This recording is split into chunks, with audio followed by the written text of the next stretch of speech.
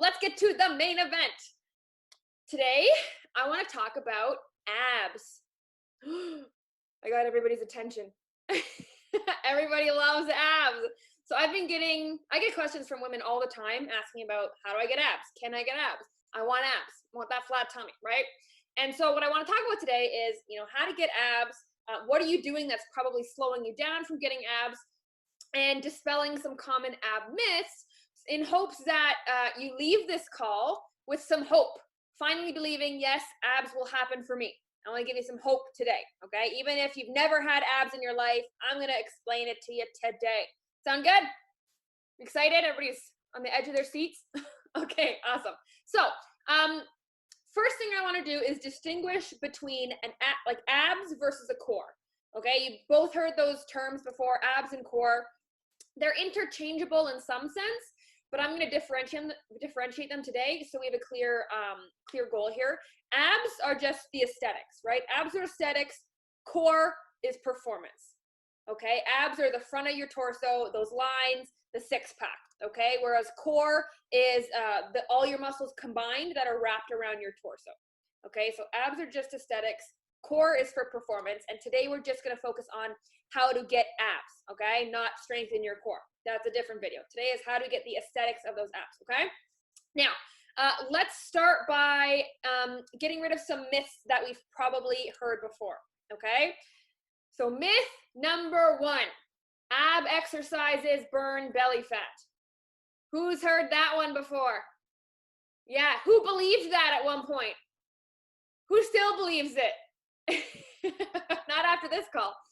And so this is huge. And I don't know how this caught on, probably in the 80s with all those workout videos, people just working their core all the time. But it's not true at all. Unfortunately, like I wish it was, right? I wish we could spot treat. I wish you could get abs by just holding a plank for an hour. Then we'd all be walking around like supermodels.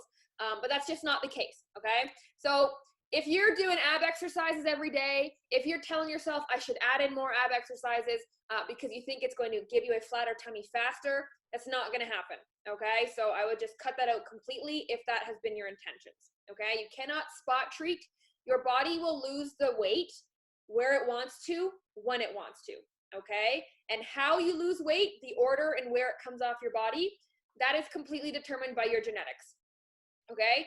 Usually belly fat is something that comes off last, right? The place you want it gone first is usually the place that goes last.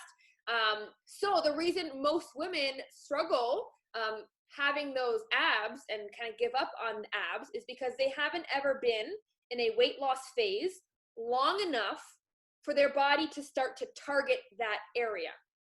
Okay, when it doesn't happen in the beginning, they think, oh, I'm just not cut out for abs, just my genetics are bad, right? But it's not the case, okay? If you want abs, okay, the answer is not doing a million crunches, okay? That's not gonna work. You're gonna hurt your neck and you're gonna hurt your back, okay? So myth number 1, ab exercises burn belly fat. We cannot spot treat, okay? Myth number 2, okay? Ab muscles are different than any other muscle, right? They're this mystical, magical muscle that we need to give special attention to, right? Who's thought that one before? Who's like, there must be some magical formula, workout routine, vegetable, something that targets that area, right? Is everybody fell victim to the advertising of like the fat blasting belly fruit? Like, ooh, avocados burn, who's heard that one? Avocados burn belly fat. I heard that one so much. I believe that one. When I was a teenager, I ate avocados every day because I thought it was going to give me a flat belly. Little did I know that avocados are very high in calories and we're doing the exact opposite despite being healthy.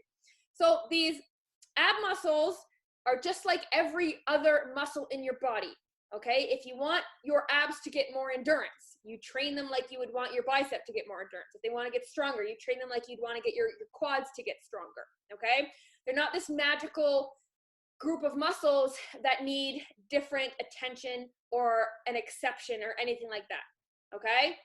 So there's no excuses as to, I don't know what to do, because there is nothing special. You treat them like you treat any other area in the body, okay? And that leads me into the next myth is you do not need to kill your abs to see results. Has anybody thought about that? Has anybody thought that in the past? Like you have to like overtrain them, overwork them. You got to feel the burn. You got to not be able to sneeze the next day because you're going to be in so much pain, right? We've thought that before. And that's just not going to work. Okay. Why? Because killing your abs, number one, to do that usually puts a lot of pressure on your spine. So that's never a good idea, right?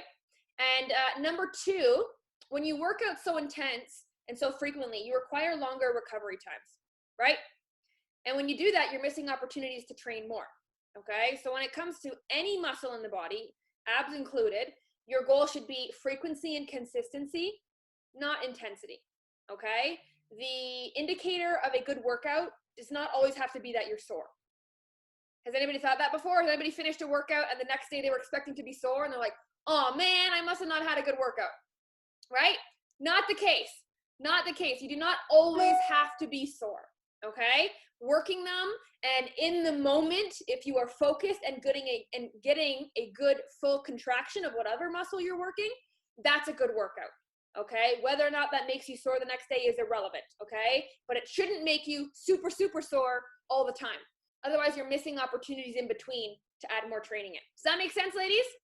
So frequency and consistency over intensity, okay? If you're finding that you can't walk after every workout, something's going on. You're pushing yourself too hard because you're trying to overcompensate for something. You're thinking that it's going to speed things up, right? Right? We all will tell ourselves, I'm in it for the long run. I'm going to make a lifestyle change. But then our actions say, we're trying to find a cheat code, right? Sometimes our actions don't align with what we know we should be doing. So catch yourself there, okay? And then the last myth I'm going to talk about is genetics, right? You ever hear like some women are just naturally have abs, some women just naturally will never have abs. That's not true.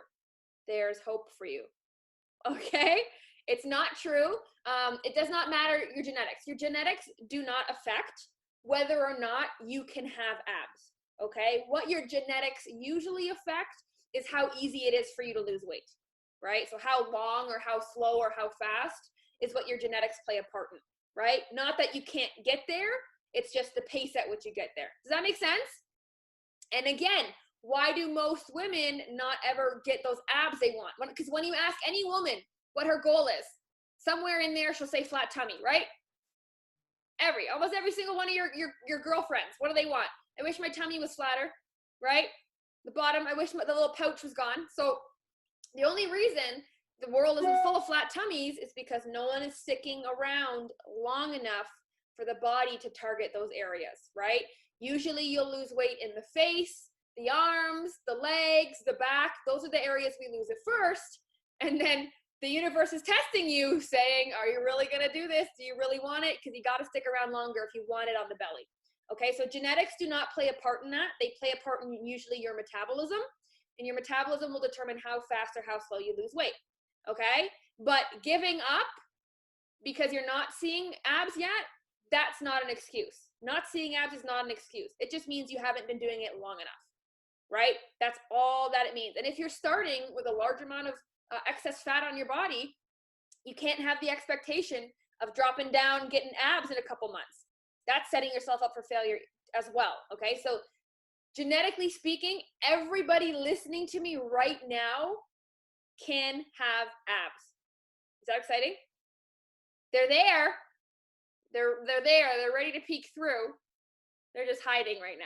They're just hiding. That's all. But they're there. You have the potential to do it. Don't let anybody, and especially don't let yourself, discourage you from that. That flat, tight tummy that you've always envisioned and always wanted and never had, or had years and years ago and want to get back to, it is doable.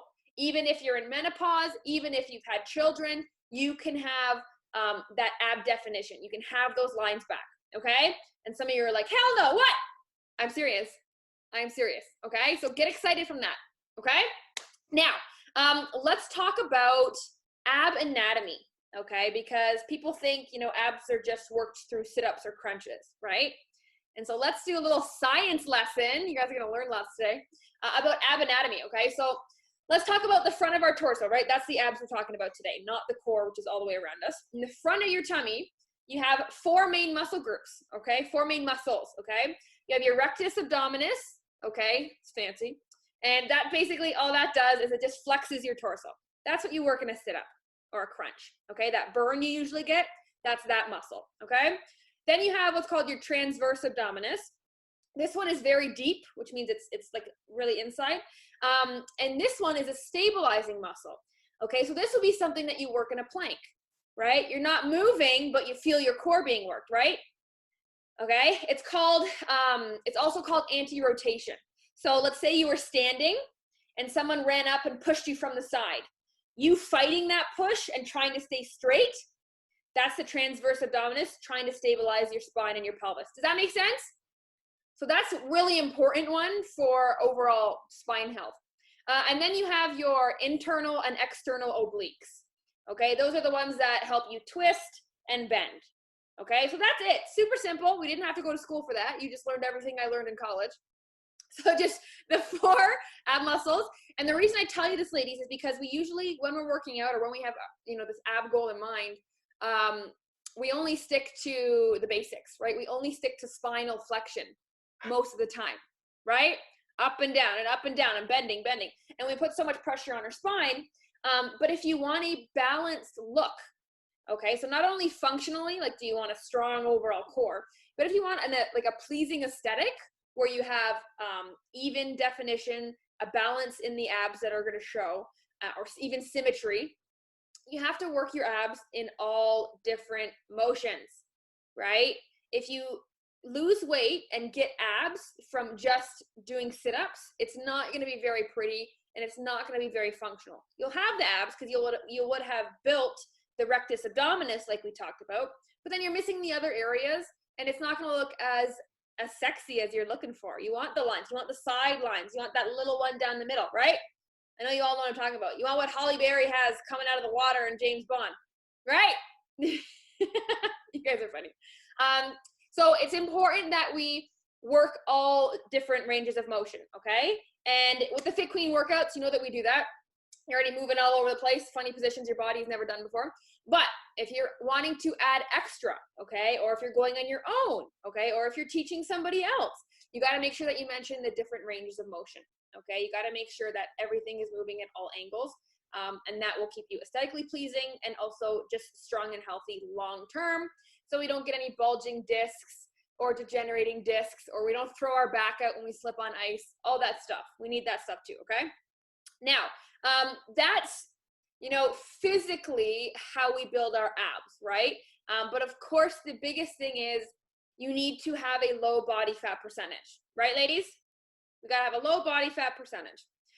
That's the only way, right? We can do as many exercises as you want, but if there's a layer of fat over them, you're never going to see them poke through. You're never going to see your hard work pay out. That's another reason why women give up so quickly, because they're not seeing the results. They're working out like crazy, crunching, sit-ups, planks, Russian twists. They're doing all this like crazy to get a flat tummy. And they have beautiful abs, but it's underneath a layer of fat. So they're never going to see them. So what is the point? You have to do both together. And that is the nutrition side of things, right? You got to make sure you're staying in that calorie deficit long enough for the body to target that area to show off the hard work you've been doing in the gym, right? And anybody who's been in Fit Queen long enough, they know that maybe not necessarily you've seen such huge changes in your inches, but your arm is no longer flabby, right? Your arm is the same size, but now it's harder. Now it's firmer, right? Your bum is shrunk a little bit in inches, but what has it done mostly? It's firmed up. Same idea. Your belly, it's firmed up, right? So they're there. You've been building these muscles, and now it's just patience so you can show them off. It's kind of like a big reveal, right? I was talking to one Fit Queen today, and she was talking about how her body shape is completely changing, right? She was, 140 20 years ago, and she's almost 140 again, but it's a completely different 140, right? And that's the exciting part. That's the exciting part, because you really can completely change your body shape despite your genetics, okay? You don't have to be a slave to what you were born with.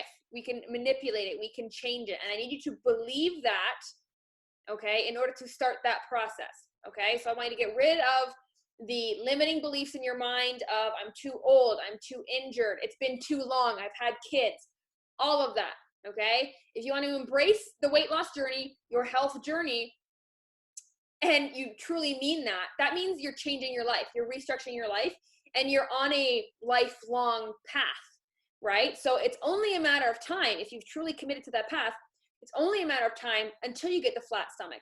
That's a side effect. That will happen, as it's a given if you stick to it. And so it's totally possible. So basically, the moral of the story, I want to see everybody having abs in a year. We're all going to have a competition. We're all going to line up and lift our shirts up and show our abs off. Just kidding, ladies. But yeah, I want to just break these beliefs. You know, a lot of women, when they ask for my help or they need coaching, they talk about how their stomach is the troubled area. Their stomach is the stubborn area. Doesn't matter what they do, how long they try, it doesn't ever budge, right? But it's totally possible to change that stomach. It is totally possible. You are not helpless. You don't have to feel like it's downhill. You don't even have to feel like, you know, let me just make it decent. Let me just make it good enough. No, you can shoot for higher than that. I find like a lot of the women we deal with, they have amazing goals. Like, I want to do 5 pull-ups in a row. I want to do 20 push-ups without a break. You know, I want to fit back into a size small, right? I want Michelle Obama arms, right? All that stuff that they want. But they very rarely ever start talking about their stomach. They'll say it's their troubled area and they'll say they want abs, but that's about it.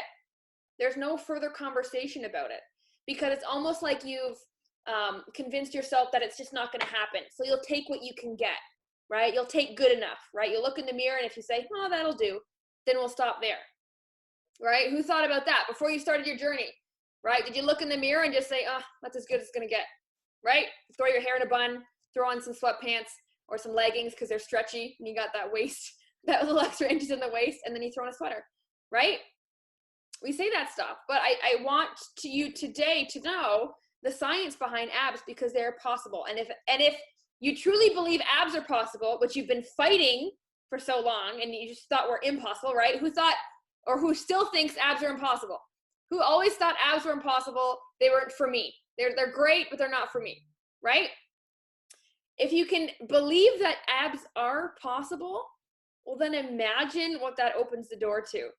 If that is actually attainable, the one that's like the golden standard, that's like level platinum in weight loss, finally getting abs. If that's possible, imagine what your new ceiling becomes.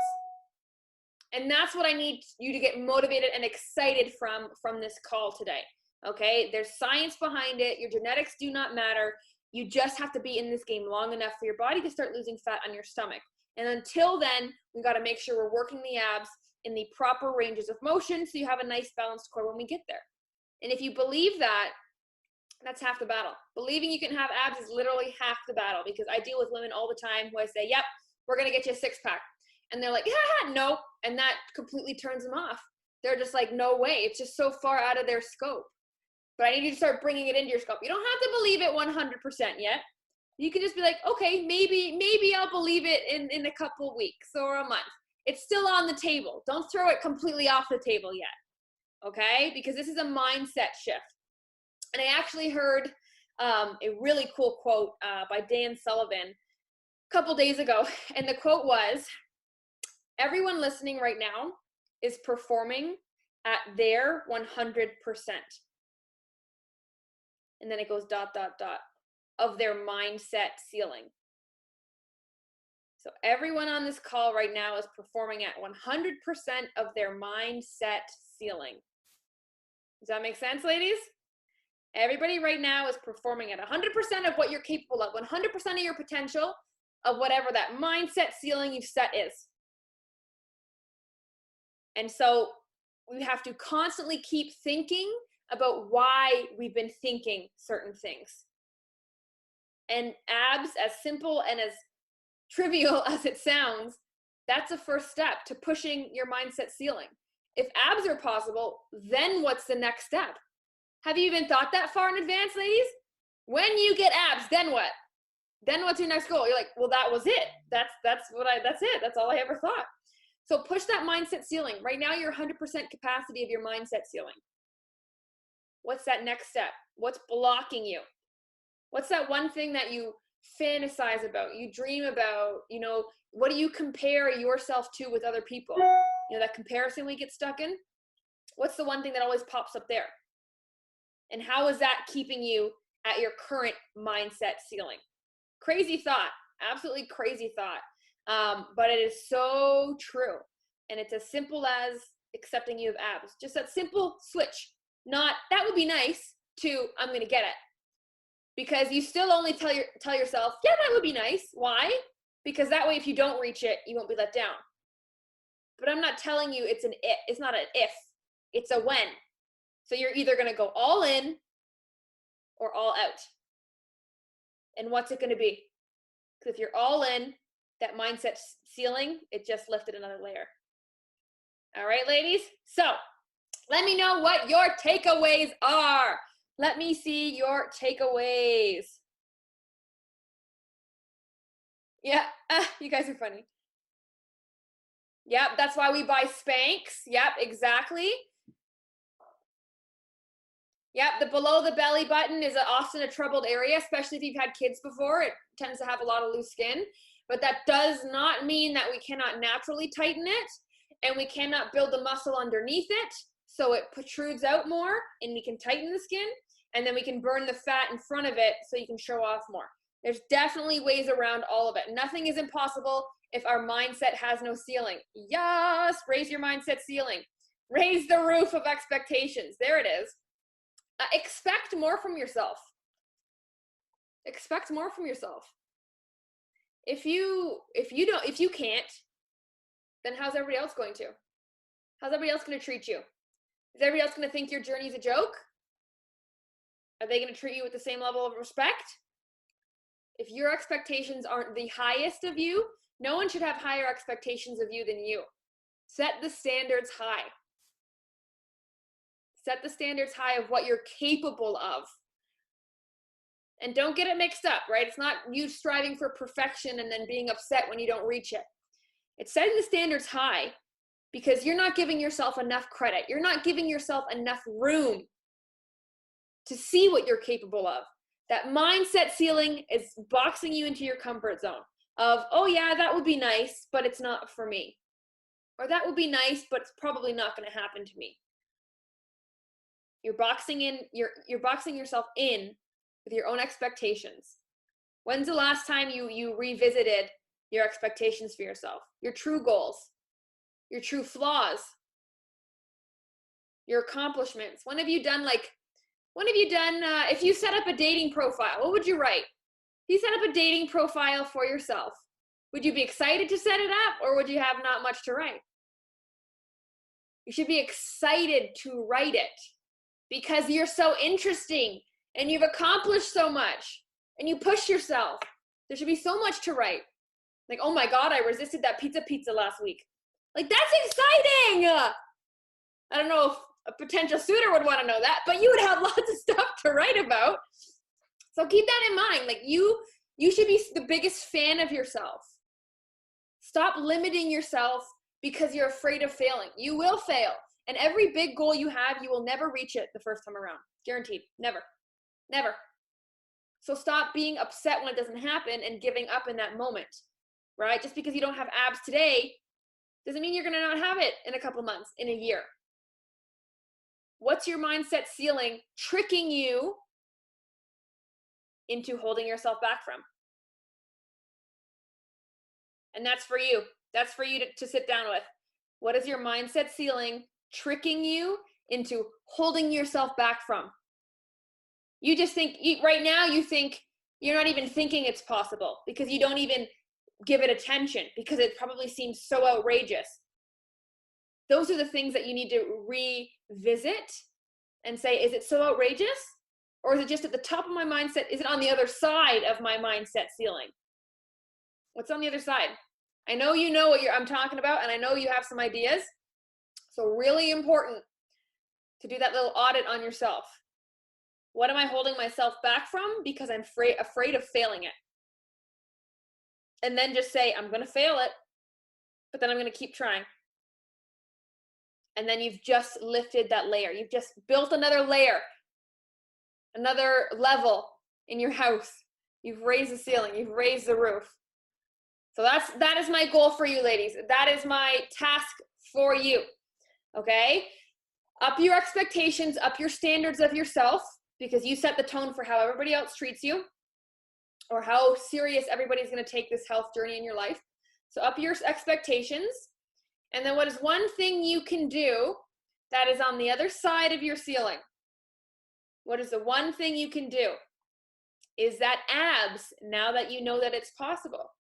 What else is it? What else have you been really wanting? Like it's a deep desire, but you always push down because you never thought it was possible. Okay, ladies? So what is that one thing? Really quickly in the comments, if you have it already, if it was really clear to you what that thing is, write in the comments. What is the one thing? And it doesn't have to be, physical if you don't want it to be. It can be a mental thing. It can be a life goal, not just a health goal. Yep. Yes. That's it. Right. Don't hide from it. Don't stop thinking about it, because the more you think about it, the more you do want it. And the more you want it, the more real it becomes. And the more real it becomes, the more chance there is of you failing at it. And if you fail on it, that's what we're scared of the most. But if we expect it to happen, there's nothing left to be scared of. So think about it, envision it, manifest it, paint that picture, and go for it. Go for it. Do you want to be stuck at this mindset ceiling the rest of your life with everybody else who's at the same level with the same ceiling? Or do you want to go meet the people on the other side? Imagine what they're like. Imagine what their next ceiling is. That's the exciting part. And that's what we're all doing together. We're pushing our ceilings. We're all at a couple different levels in different areas, but we're going to meet each other. We're going to keep pushing. Okay? So take that thing, make it a reality, and you have to believe in it. Okay? You have to believe in it. And if you're scared of it and you find yourself shying away from it, you have to lean into it. Lean in. When things get hard, when things get scary, lean in. Lean in. All right, ladies, you are 100% at your capacity right now of your mental ceiling. It's time to level up.